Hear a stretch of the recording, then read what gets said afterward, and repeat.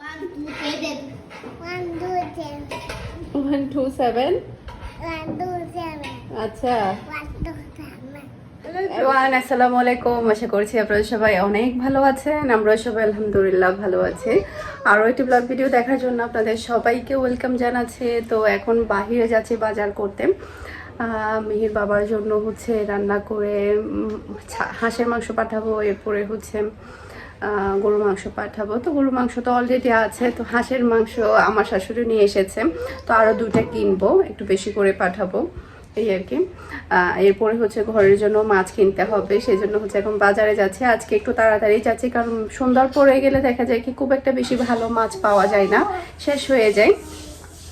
আর মিনহা মাত্রই ঘুম থেকে উঠেছে, তো আমরা সকালে উঠে নাস্তা রাস্তা সব সেরে এখন আমি আর আমার শাশুড়ি দুজন মিলেই যাচ্ছি বাজারে বাজার করতে। ফার্স্টে হাঁসগুলো কিনে ওখান থেকে ক্লিন করে নিয়ে আসবো, এরপরে এখানেও আবার ক্লিন করতে হবে এই আর কি। কি আম্মু? তো ঠিক আছে, তাহলে আমরা এখন বের হই, বাজার করে নিয়ে আসি। মিনহার কাপড় পরাই দে, মিনহার কাপড় পরাই দে। বুরকা আমি তো জানি না, কালকে এসে কোথায় খুঁজে দেখে একটু ঘর থেকে তো বের হয়ে যাবে না বোরকা। মিনহা মিনহা নাস্তা করবে, নাস্তা করবে না কেন? বোরকা কোথায় আছে? মিহির এখানে দরজার পিছনে নাই, এই যে এখানে তো বোরকা। মা এই যে বোরকা, তুমি পুরা ঘরে খুঁজি তন্ন তন্ন করে ফেলছো, বোরকা না।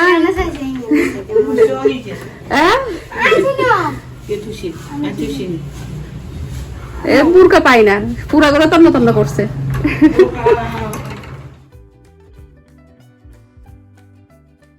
এখন হচ্ছে আমরা অলরেডি বের হয়ে গিয়েছি, তো বাজার করে এসে এগুলো সবই রেডি করতে হবে, যেহেতু হাঁসগুলো ক্লিন করতে হবে। বাজারে যে হাঁসগুলো ক্লিন করে দেয় সেগুলো দেখা যায় কি খুব একটা বেশি পরিষ্কার হয় না, আর হাঁস কিন্তু প্রচুর পরিমাণে সময় নিয়ে ক্লিন করতে হয়, যার কারণে কিন্তু অনেকটা বেশি টাইম লাগে। আর এখানে কিন্তু দেশি হাঁসগুলো পাওয়া যায় না, এখানে যার কাছেই আসে, আমার কাছে দেশি হাঁস আছে, আমার কাছে আছে ওগুলো এগুলো সেটা, এগুলো যতই যাই বলুক না কেন এগুলো সবই হচ্ছে ফার্মের, মানে ফার্মের মুরগির মতো, মানে রান্না করার পরে অত বেশি মজা লাগে না। তো এখান থেকে হচ্ছে হাঁস 2টা দেখলাম, ওখান থেকে কিনবো ওগুলো। এরপরে হচ্ছে এখন কুড়াল মাছ দেখবো, মিহির বাবার জন্য হচ্ছে কুড়াল মাছও দিব। তো কুড়াল মাছ কিনে তারপরে হচ্ছে এটাকে বাসায় নিয়ে যাব, এরপরে এটা রান্না করব। এরপরে এগুলো সবই হচ্ছে বক্স ভরতে হবে, বক্স ভরে এরপরে এগুলো সব বরফ করে তারপর আগামীকালকে এগুলো দিব, যিনি নিয়ে যাবে এই আর কি।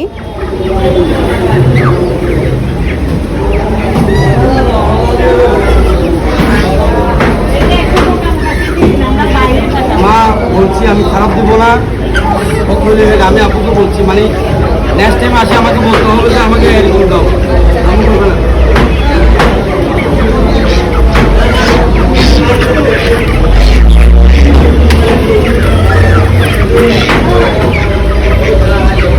দুইটা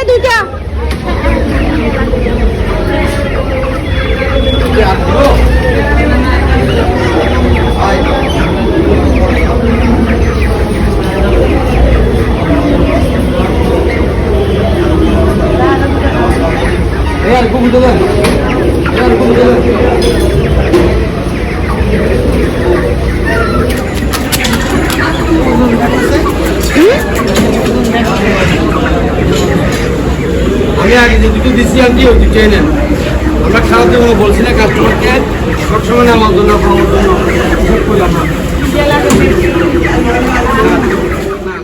তো এখন হচ্ছে সবজি নিয়ে নিচ্ছি, সিম বের হয়েছে। সিমটা আসলে এগুলো মেবি আমার কাছে মনে হয় কি 12 মাসের যে সিমগুলো আছে ওগুলোই, শীতকালীন সিম তো চলে গিয়েছে, এগুলো আবার কিসের। তো এখান থেকে সিম নিলাম, এরপরে হচ্ছে আর যা যা সবজি দরকার ছিল সেগুলো নিয়েছি। তো এখন হচ্ছে লাকি হাঁসটাকে ছেঁকে নিচ্ছে। হাঁসের মধ্যে কিন্তু প্রচুর পরিমাণে পশম থাকে, আর দেখতে পাচ্ছেন অত বেশি বড় হয়নি, একদম ছোট হয়েছে। মানে দেখতে মনে হয় কি একটু বড় সাইজে, তবে এগুলো যখন ক্লিন করে ফেলে কেটে ফেলে তখন একদম অল্প হয়ে যায়। তো টোটাল হচ্ছে এইখানে 3টা হাঁস, একটা হচ্ছে হাতিয়ার, নোয়াখালী হাতিয়ার, এরপরে 2টা হচ্ছে বাজারের, 3টা একসাথে মিলিয়ে আমি রান্না করব।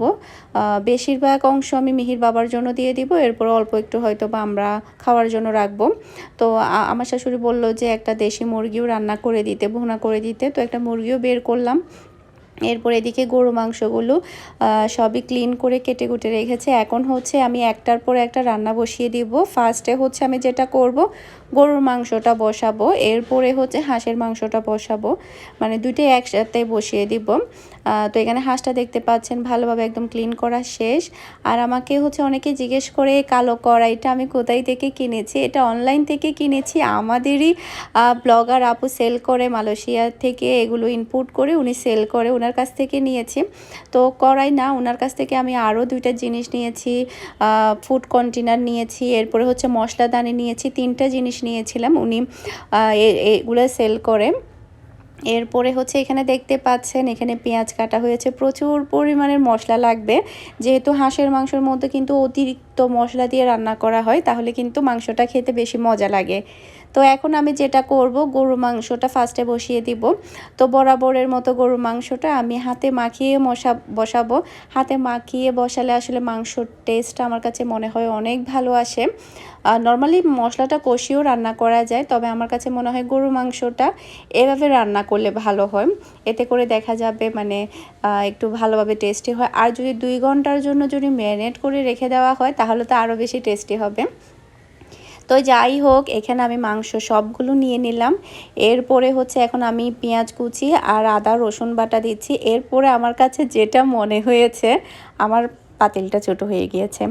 পরে আমি এখন কি করব, এরপরে হচ্ছে আমি আমার হাঁড়িটা চেঞ্জ করে নিয়েছি, মানে যেহেতু আমার এগুলো সেট বাই সেট আছে, যেটা দিয়েছিলাম ওটা একটু ছোট, এরপর আরেকটা যেটা বড় সাইজ ছিল সেটার মধ্যে আমি পাতিলটা চেঞ্জ করে নিয়েছি। এখন একটু বড় পাতিলে রান্না করা যাবে।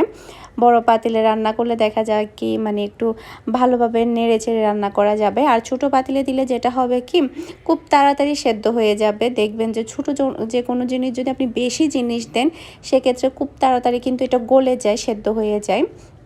যার কারণে দেখা যাবে কি মশলাটাও ভালোভাবে কষানো হবে না, বা মাংসটাও হবে না, তার আগে মাংসটা তাড়াতাড়ি গলে যাবে। সেই কারণে আমি হাঁড়িটা চেঞ্জ করে নিয়েছি।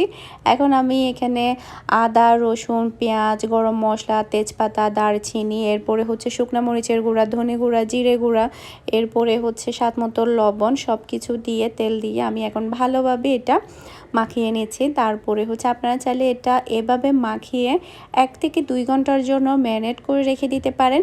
আবার চাইলে আপনারা এটাকে সাথে সাথেও রান্না করে ফেলতে পারেন। যেহেতু আমার এগুলো বরফ করতে হবে, ফ্রিজার করতে হবে, সে কারণে আমি এটা রান্না করে নিব। রান্না করার পরও আবার এগুলো ঠান্ডা করতে হবে, সেক্ষেত্রে একটু বেশি টাইম লাগবে। তাই আমি এখনই রান্নাটা করে নিচ্ছি।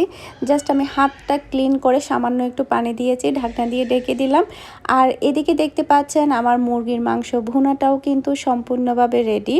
এখন জাস্ট আমি নামিয়ে ফেলবো। আমি মুরগির মাংস ভুনাটাকে একদম মাখা মাখা করে ভুনা করেছি, তেমন একটা কোনো ঝোল রাখিনি।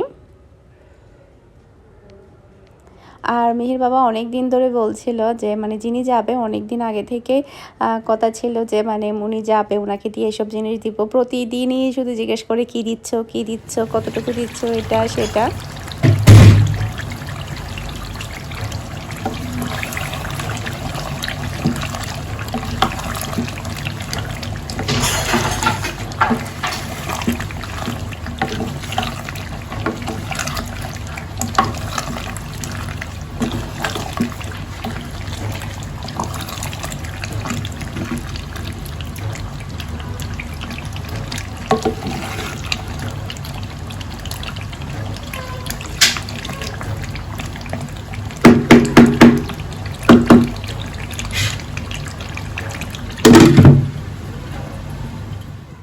তো এদিকে হচ্ছে মাছটা ভুনা করার জন্য আমি মশলাটা ভালোভাবে কষিয়ে নিয়েছি। এখন হচ্ছে আমি মাছটা দিয়ে দিচ্ছি। কোরাল মাছ কিন্তু অনেক বেশি নরম হয়ে থাকে, যার কারণে কিন্তু খুব একটা বেশি নাড়াচাড়া করা যায় না। মশলার মধ্যে দিয়ে একটু জাস্ট হচ্ছে মশলা দেওয়ার সাথে সাথেই মানে একটু উল্টে পাল্টে দিয়ে এরপরে নামিয়ে ফেলা যায়। মানে বেশি সেদ্ধ করলে দেখা যায় এটা কোথায় কোথায় চলে গেল, আর একটা পিসও আপনি ভালোভাবে পাবেন না। আর যেহেতু এগুলো আমি বাহিরে পাঠাবো, বরফ করে পাঠাবো, আমি একটু টেনশনে এনেছিলাম, ওনারা যখন খাবে তখন হচ্ছে এটা কী অবস্থা থাকবে আমি জানি না, মনে হয় একদম চুরমাচুম হয়ে যাবে এরকম আর কি। তো যাই হোক, দেশের মাছ তো আলাদাই একটা মজা থাকে। ওমানেও কিন্তু কোরাল মাছ, রুই মাছ, ইলিশ মাছ এগুলো পাওয়া যায় বাংলাদেশের, তবে এগুলো দীর্ঘদিন ধরে ফ্রিজে থাকে। এগুলো আসলে লটিয়া মাছ, বাংলাদেশের সব ধরনের মাছ পাওয়া যায়, তবে ওগুলো অত বেশি সুস্বাদু না। বিশেষ করে খাওয়ার যোগ্য আমি যেটা বলি, আমি একদম সহজ ভাষায় বলি, আমি যেহেতু ওমানে ছিলাম আমি সব ধরনের মাছ আমি ট্রাই করেছি। আম্মির বাবা সব ধরনের মাছ আনতো, খাওয়ার যোগ্য মানে মজা লাগে সেটা হচ্ছে কোরাল মাছ, রুই মাছ, ইলিশ মাছ, এরপরে হচ্ছে মাছের ডিম, এরপরে হচ্ছে আর কি যেন আরও কয়েকটা মাছ আছে যেগুলো কিনা খাওয়া যায়, আর বাকিগুলো হচ্ছে মানে বাংলাদেশে একটু খেয়ে দেখি এই টাইপের আর কি। তো এদিকে দেখতে পাচ্ছেন আমার গরুর মাংসটা কষানো প্রায় হয়ে এসেছে। আমি এটাকে কষানোর মধ্যে সেদ্ধ করব, খুব একটা বেশি পানি দিব না। আর মাশাআল্লাহ কালারটা কিন্তু অনেক বেশি সুন্দর এসেছে।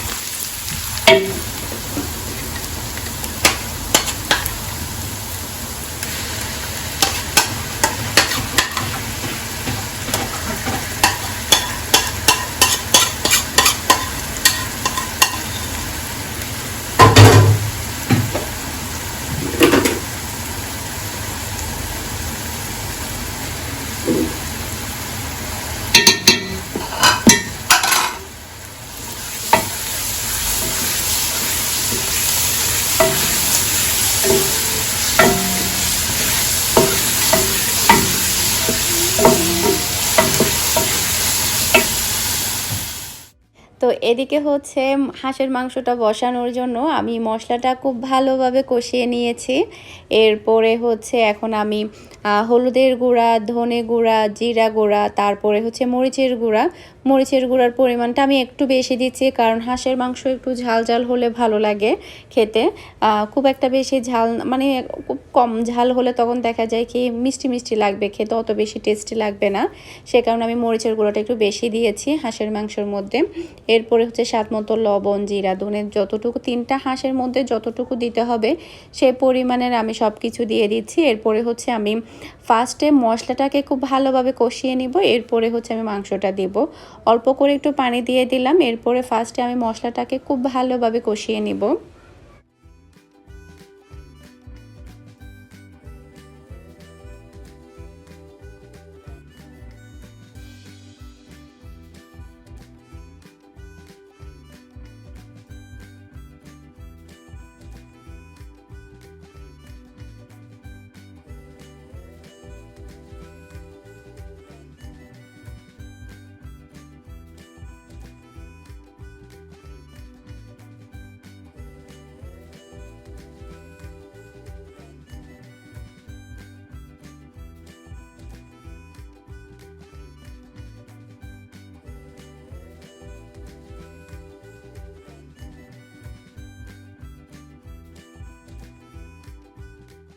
এখানে আপনারা দেখতে পাচ্ছেন আমার সব কিছু রান্নাবান্না শেষ করার পরে সব কিছু আমি ভালোভাবে ঠান্ডা করে নিয়েছি। এখন শুধুমাত্র বক্স ভরার পালা।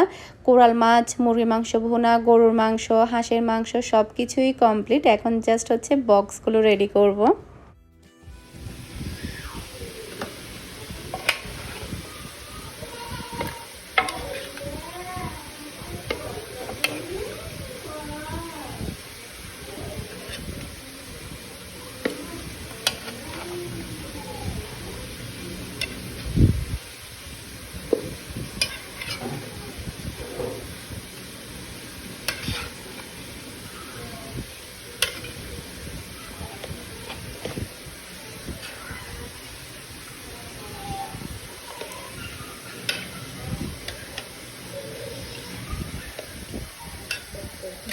ফটকরা হুম কি ফটকরা ফটকরা তাই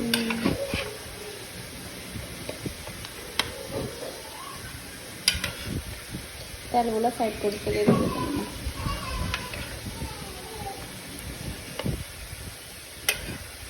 তেল তেল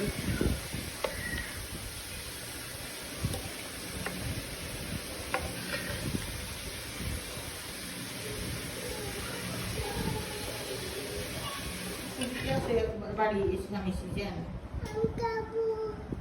কি খাবা টুনটু কি খাবা কি খাবা কি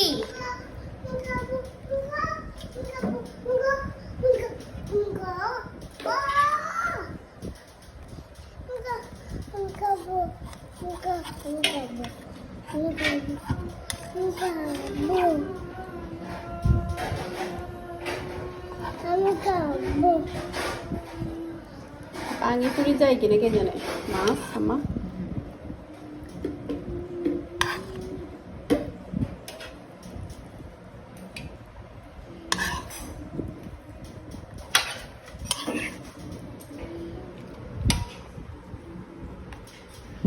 Ding ding ding ding ding ding ding ding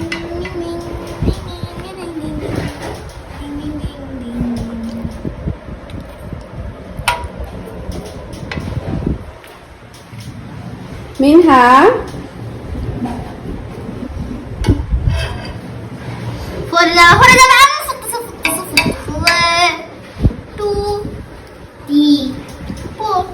One, two, three, seven. 1, 2, 7. 1, 2, 7. 1, 2, 7. 127 1, 2, 7. আচ্ছা 1, 2, 7. এবিসিডি বলো তো A. বলো A. A. A. B, C, B. D, A বললে B, C.